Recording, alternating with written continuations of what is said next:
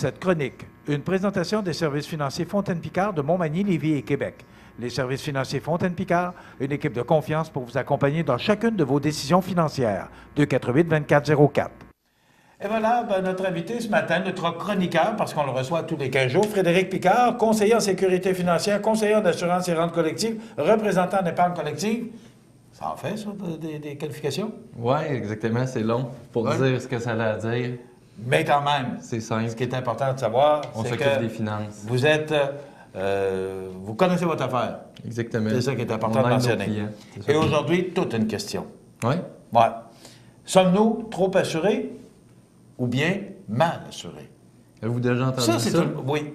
Et ça, c'est une bonne question, Frédéric. Les Québécois sont trop assurés. On entend souvent, c'est un réflexe. Les gens disent les Québécois sont trop assurés. C'est-tu vrai? C'est-tu vrai? On se pose la question. Mais moi, je pense que, justement, c'est pas nécessairement qu'on est trop assuré, on est probablement mal assuré. Mais est-ce qu'on peut être trop assuré? Moi, je pense pas qu'on peut être trop assuré. On n'a jamais trop d'assurance, que ce soit l'assurance vie, l'assurance maladie. On ne sait pas ce qui nous prend au bout du nez.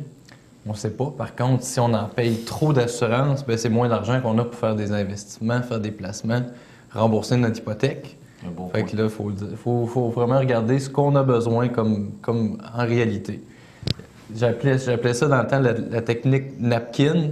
Quand j'ai commencé dans le domaine, les représentants n'étaient pas obligés de faire d'analyse de besoins. Fait que c'est un bout de napkin au restaurant. Combien tu as besoin d'assurance? C'est quoi ton salaire?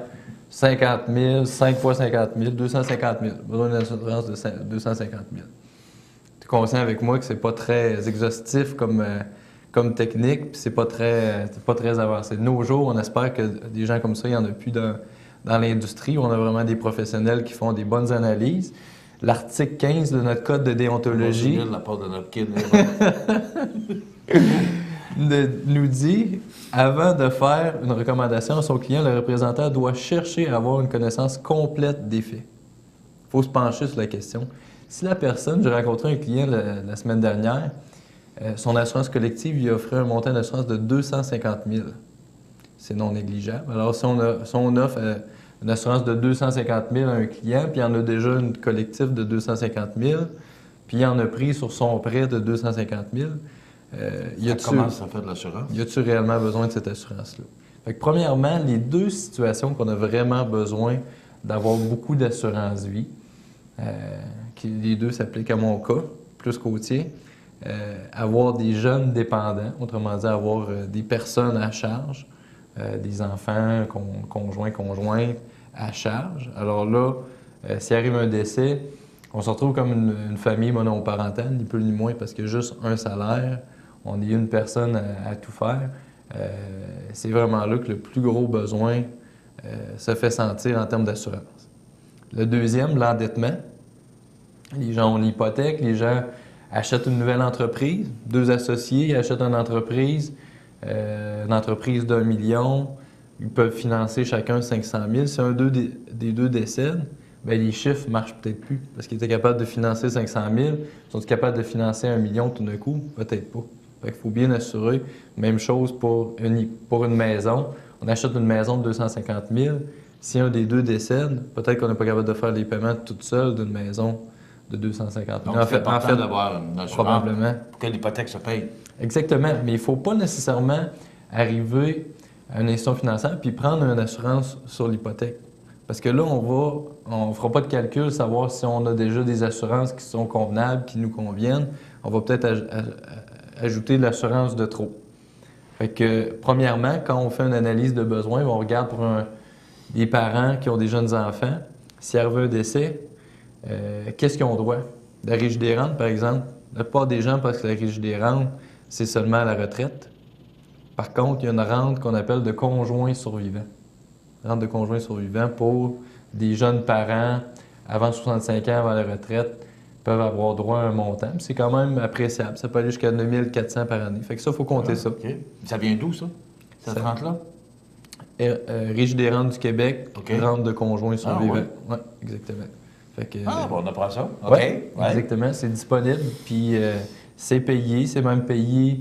Dans le temps, il appelait ça une rente d'enfants orphelins pour les enfants de moins de 18 ans. Là, je pense qu'il Ils appellent plus ça comme ça, mais il y a quand même une rente pour les enfants aussi. Fait qu'il faut regarder, il faut faire le calcul de tout ça, puis dire, bon, ben qu'est-ce que ça prend de plus pour rendre les enfants jusqu'à un âge qui sont probablement indépendants, là, autour de 20 ans. Fait qu'il faut faire les calculs. Deuxièmement, couvrir les emprunts, mais les clients ont peut-être des placements, des actifs, que s'il arrivait un décès, qui seraient vendus, donc qui donneraient des liquidités. Fait qu'il faut en tenir compte, il faut faire un bilan de ces choses-là avec l'assurance collective et tout ce qui est disponible. Puis, il faut s'assurer que c'est les bons bénéficiaires. Il faut s'assurer. Il faut s'assurer, exactement, que c'est les bons bénéficiaires, c'est les bonnes personnes qui vont hériter. Parce que, vous savez, Michel, les conjoints de fait, si on n'a pas de testament, sont bénéficiaires de rien l'un et l'autre. Hein? Puis ça, ça étonne, un bon point, ouais. Ça étonne plusieurs personnes. Fait que si on est propriétaire d'une maison ensemble, on l'a assuré auprès de l'institution financière, puis on décède, puis on n'a pas fait de testament, bien malheureusement, probablement que les bénéficiaires de cette personne-là, ça va être les parents de la personne décédée, les frères et sœurs. Ça ne sera pas le conjoint qui reste avec les enfants. J'ose imaginer ce qui s'en vient.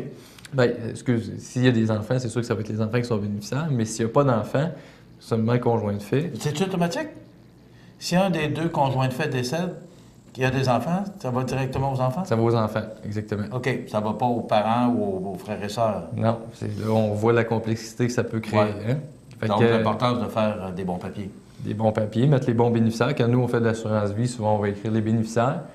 Quand on va avoir un testament notarié, c'est là que vraiment, on va pouvoir dire qu'est-ce qu'on veut réellement, de quelle façon. Alors là, ça va vraiment faire une bonne différence, une bonne planification.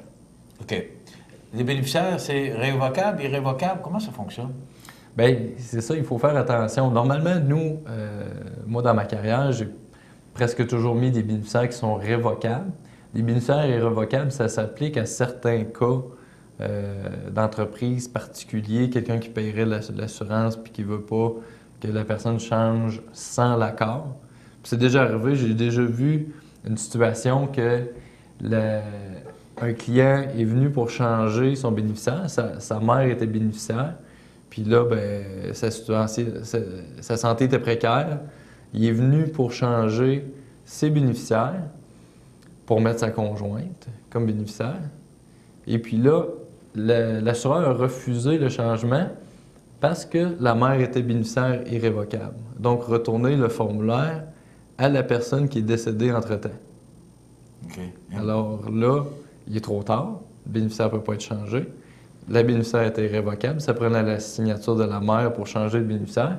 Puis la mère, quand elle a reçu le chèque, elle a dit « ben non, le chèque est à moi. On ne change pas ça, même si c'était la volonté de mon fils. » Fait que... Il devait en avoir toutes sortes de situations, hein? On en voit de toutes les couleurs. Moi, Frédéric, la question que je me pose, c'est est-ce qu'on est trop assuré? Est-ce que ça se peut d'être trop assuré? Ben oui, c'est quelqu'un qui, justement, va prendre l'assurance vie, un gros montant. Après ça, c'est quoi un gros montant? Ben, est-ce que 500 000 aujourd'hui, c'est un gros montant? Bien, pour une jeune famille qui a une hypothèque assez élevée, ça prend beaucoup d'assurance. Alors, ça sera peut-être pas élevé, 500 000, ça va peut-être correspondre à une bonne partie du besoin. Mais quelqu'un que ses enfants sont peu à charge, plus d'hypothèque, il y a des placements, bien, son besoin d'assurance, il est pratiquement nul, il est pratiquement à zéro. Si lui veut laisser un héritage, veut prendre une assurance, c'est libre à lui parce qu'il y a toujours l'avantage fiscal d'une assurance vie que c'est payé libre d'impôts aux bénéficiaires. Mais le 500 000 pour une jeune famille qui a une bonne hypothèque, c'est un montant qui est appréciable. Puis quelqu'un qui n'a plus d'hypothèque, qui n'a plus d'enfants à charge, bien, c'est beaucoup trop pour cette personne-là. La question qui me vient à l'esprit aussi, il y a des assurances vie temporaires, puis des assurances vie, je ne sais pas c'est quoi le terme. Permanente. Permanente. Oui. C'est quoi, est-ce que, avec ce que tu viens de nous dire, est-ce qu'on est mieux de prendre temporaire ou on est mieux de prendre permanent? Bien, ce qu'on vient de parler, c'est des besoins temporaires. Prendre l'assurance pour... Qu'est-ce que ça veut dire, assurance temporaire, Frédéric? Assurance temporaire, normalement, ça veut dire que dans, mettons, 95 des cas, ça ne paiera pas. Parce que ce qui va arriver, c'est que la prime va augmenter en fonction de l'âge. Puis quand on va être rendu à un âge où le décès va être plus probable, bien, les primes vont être tellement astronomiques qu'on ne voudra plus les payer. OK. Donc, l'assurance temporaire, c'est vraiment pour couvrir s'il arrive un décès subi d'une maladie, d'un accident qui n'était pas prévu. Puis à ce moment-là, on est pris dans une situation très délicate, des jeunes enfants, une hypothèque. Alors, l'assurance temporaire, c'est pratique pour ça parce que pour des gros montants comme ça, 500 000, ça donne des primes qui sont très raisonnables. Si on va s'assurer en assurance vie permanente, ça va payer un jour, sauf que les primes vont être extrêmement onéreuses, puis ça veut dire que ça enlève de l'argent pour rembourser son hypothèque, investir de l'argent pour l'épargne études. C'est pas flexible, une assurance vie permanente. C'est vraiment pour la succession. Alors, c'est... Donc, est-ce qu'on doit prendre permanente ou est-ce que tu conseillerais permanente ou temporaire? Bien, ça dépend des situations. Si les gens veulent laisser un héritage, veulent laisser un montant, payer des frais funéraires, des choses comme ça, alors c'est un besoin permanent. Fait que, on va pouvoir prendre... Mais on n'est pas obligé de prendre 500 000 de permanent. On peut prendre plus de 500 000 temporaire. C'est ça que je comprends? Exactement. OK. Exactement. On va vouloir prendre une assurance souvent permanente de 50 000, 100 000 pour couvrir un besoin. Oui, c'est ça, les besoins immédiats. Puis prendre la balance en temporaire pour vraiment couvrir les besoins, c'est ça qui est important. Est-ce que c'est plus dispendieux permanent que temporaire? Beaucoup plus. Permanent? Oui, beaucoup plus permanent. Parce que que c'est ceux qui vont payer un jour. Oui, exactement. On vient de geler la prime dans le temps, peu importe l'âge, peu importe l'inflation, on vient de dire ça va vous coûter tant. Puis même, on peut les payer en 10 ans, en 15 ans, ces primes-là, puis avoir fini de payer, être libéré de tout paiement, puis conserver ces contrats-là. Fait que ça vient faire une énorme différence si l'assureur est ici qui va payer en bout de ligne. Un temporaire comme... Mais temporaire, ça veut dire que pendant plusieurs années, on va payer une assurance, mais à un moment donné, on ne sera plus capable de la payer parce que ça va être trop dispendieux parce qu'on est rendu trop vieux. On va avoir payé ça pendant 10, 15 ans, mais elle va disparaître puis on aura payé ça pour rien. C'est parce ça. qu'ils ne paieront pas. C'est ça. C'est compliqué. C'est là qu'il faut faire des calculs puis dire au client, mais si vous payez du temporaire au lieu de payer du permanent, vous allez épargner 50 $ par mois. Prenons ce 50 $ par mois, investissons-le dans un régime épargne études, investissons-le dans un REER, dans un CELI, faisons-le fructifier.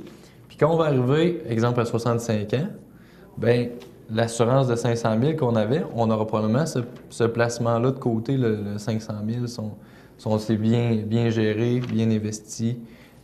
Fait que c'est ça le but, c'est d'arriver avec cet argent-là liquide dans nos poches, flexible, plutôt qu'avoir de l'assurance vie permanente qui est beaucoup moins flexible. OK. Quand on dit que ça prend un conseiller pour nous aider, on est rendu là, on ne fait plus ça sur le coin d'une table de restaurant sur une napkin. On fait ça maintenant avec des conseillers qui connaissent leur affaire. Vous voyez comment c'est complexe. Qui sont accrédités. Mais la raison, la question, sommes-nous trop assurés ou bien mal assurés? C'est quoi la réponse?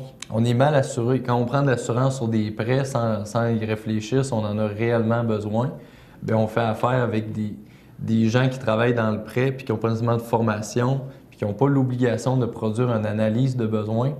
Donc, on est mal assuré. Fait qu'il faut prendre le temps de rencontrer des spécialistes qui vont nous remettre même une analyse de besoin. C'est obligatoire depuis l'année passée. C'est ça. On fait le tableau, puis après ça, bien, on conseille en relation avec le tableau. Exactement. Frédéric Picard, des services financiers Fontaine-Picard, merci beaucoup. Toujours merci, intéressant. Michel. Moi, je trouve ça bien le fun. On apprend bien des choses. Donc, 248 24 04, 248 24 04, Frédéric Picard connaît son affaire. Puis, voyez-vous, moi, j'ai appris des affaires ce matin, alors vous n'avez qu'à communiquer avec eux. Vous allez en apprendre vous autres aussi, puis ça serait peut-être important de faire le ménage dans vos assurances, parce que peut-être que vous aussi, vous êtes peut-être mal assuré, et c'est important de vérifier. On se retrouve dans 15 jours, et il sera question de assurance vie temporaire ou permanente. On vient d'en parler, mais on va se détailler, on va aller plus loin. On va se trouver un autre sujet. Mais des sujets, il y en a en masse. Allez, merci beaucoup, Frédéric.